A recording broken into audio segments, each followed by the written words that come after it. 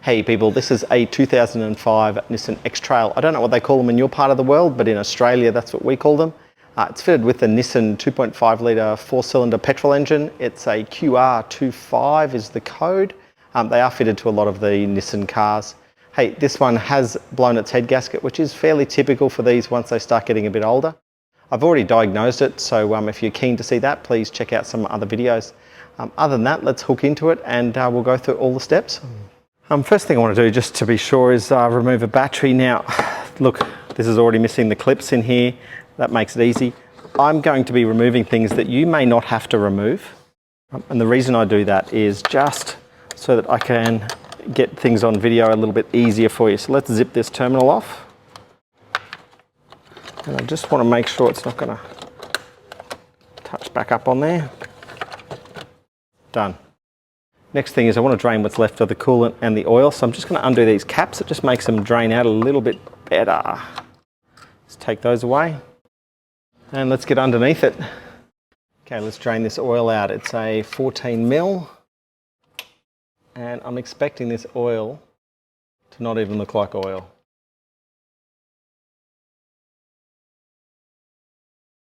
Oh, it looks okay to begin with. I'll just let that drain out for a little while. Now what I'm going to do, because that's just going to drain for a while and that oil was pretty messy up top, I'm just going to leave that sump plug out and I'll just leave a container on the ground and I'll just let it drain for the next few hours. Next I want to drain out the coolant, and you can reach up here and just undo the little tap that's up in here. And then we have a hole here. So what I'm going to do is I've got a bit of garden hose. I'm going to stick it up because there's a little outlet that it can come out. Then what I'm going to do, rather than hold it there, I'm just going to use a little clip like that up in here just to hold that hose in the right spot. Line it up. Okay, that's just holding my hose. And then we can just undo that little valve. And I'm just getting it running out of here, and I'm also getting it dripping out of here, so that's okay as long as we just try and catch most of it. Now I'm a bit impatient and it's coming out a bit too slow for me. So I think I'm just going to keep taking this little cap off, and it can come out of that spot as well. And I'll just try and catch it all.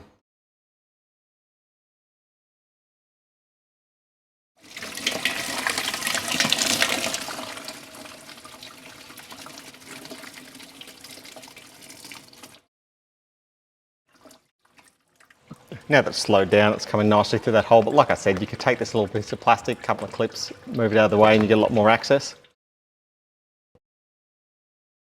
So I'm going to let just both the oil and the coolant just drain out a little bit more. Might as well get it all, particularly the oil, because it was quite emulsified with all the coolant through it, so you really want to get all of that out, and we'll flush that out a little bit later on. But this is certainly a job that you can do without a hoist. I just used a hoist to easily get under it, but you can do this with it sitting on its wheels. To make life a bit easier for me and to make it easier to film, there's some extra things I'm taking off here. I'm going to take this coolant bottle out. There's a 10 mil bolt down in on the front. You're going to need a long sort of extension to get it. And we drop the bolt. Just wiggle that up and out of the way. Completely bone dry because obviously this was losing coolant. Oh well, a few drips in there. But you'd normally expect to find some coolant in there. And we better pick up that bolt before we forget. That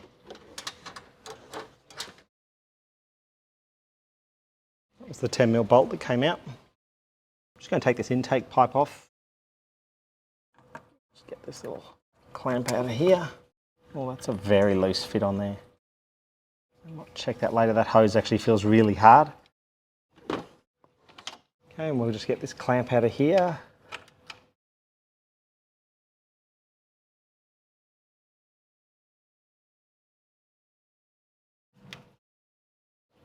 Check that size for you. It was a 8 mil. Pull that off. Now I'm just going to take the clamps off here. Put all of those. Now we do have a airflow sensor, a little squeeze point underneath, I'm guessing. Yep, pop that out. A little clip in here.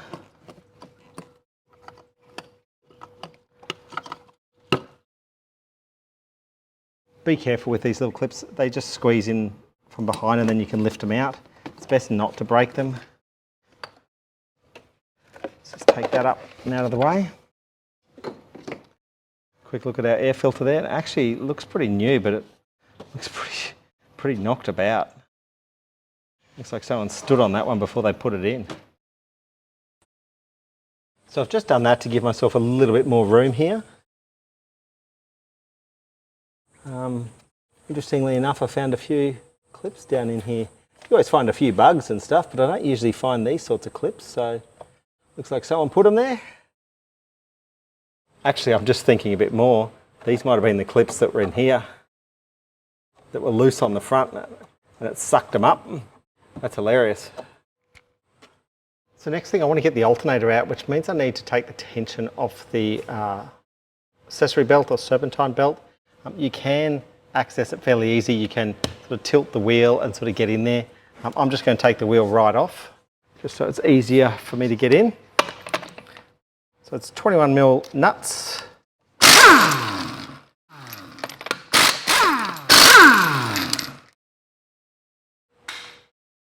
Take this away.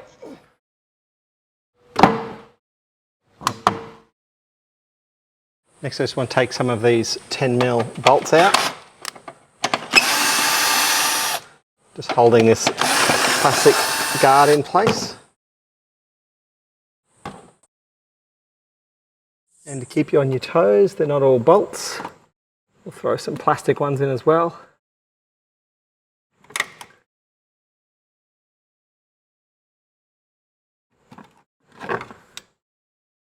So we've got another bolt and another plastic clip. This one looks pretty broken here, so we'll fix that problem later for that one. And just zip this one out. And we can pull this all out of the way. Now that you can easily see what you're getting to, you don't have to take this plastic guard off, it just makes it a little bit easier. But once this is a 14mm, get a 14mm spanner on there, you can just pull against it and you're just pulling against the spring of the tensioner.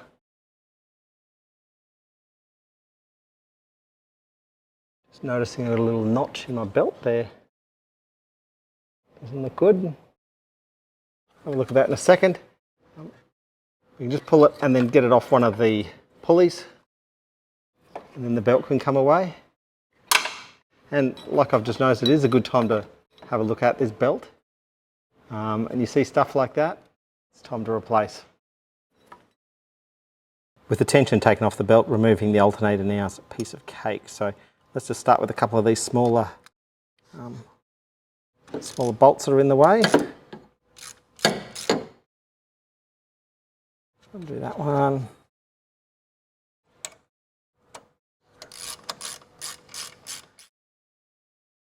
We'll undo this bracket here as well. Now I like just to run the bolts back in where they came from so I don't mix things up.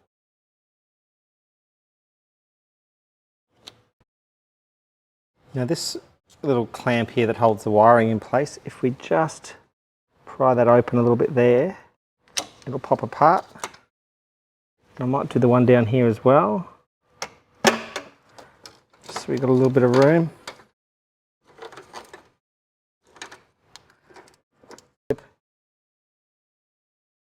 A little plastic clip in here. Just pop it out.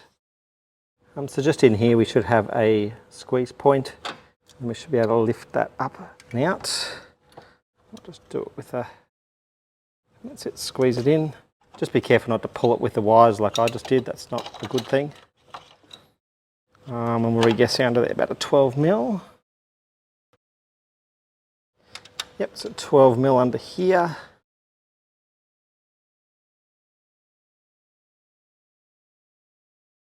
Remember the battery was disconnected before. If you hadn't done that yet, that's a problem. Run that nut back on there. I want to get this bolt here, but we've got this little bracket in the way. It's a 10mm bolt, and we can just get that bracket out of the way.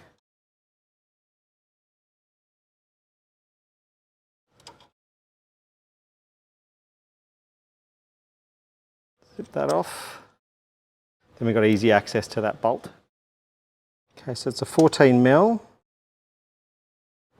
and it's really tight. So,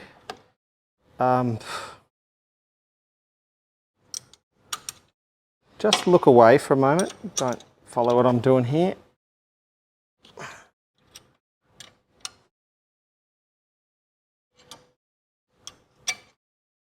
Okay, a couple of spanners together is not an ideal way to do it, but it's okay. Pull that bolt all the way out. Okay, and the lower bolt is that one just in on there. Set the spanner on there. It's tight, but not as tight. Look, once you crack them open, they should run pretty free. If it's not winding easy for you, just give the alternator a bit of a wiggle. Might help. And slowly coming out. Okay, so it comes out about that far. There it is there, about that far, before you can actually just pull it out. Nice big long one. Give the alternator a little bit of a wiggle.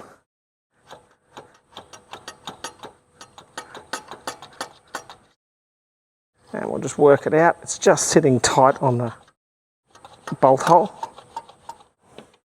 From there to there, we're nearly out. We could get something in there and just pry it. Let's try that.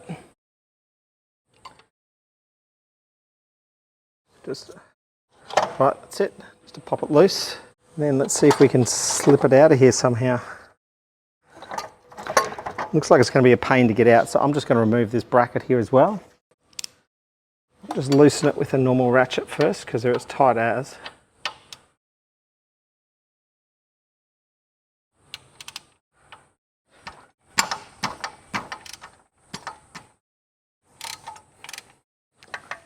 The first one just loosened off. Now, because of the angle of this bracket, you really can't get a spanner in that way. So I'm going to come this way. So I've just got a swivel end that I'm going to come in here to get this. I'm hoping I can squeeze it in.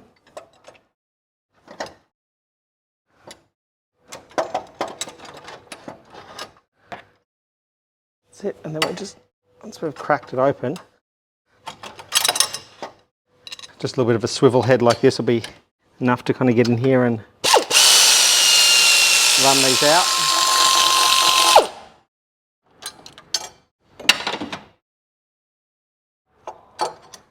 Okay, there's the bolts. I'll get the other one that I dropped. That bracket can come out. And now your alternator comes out easy.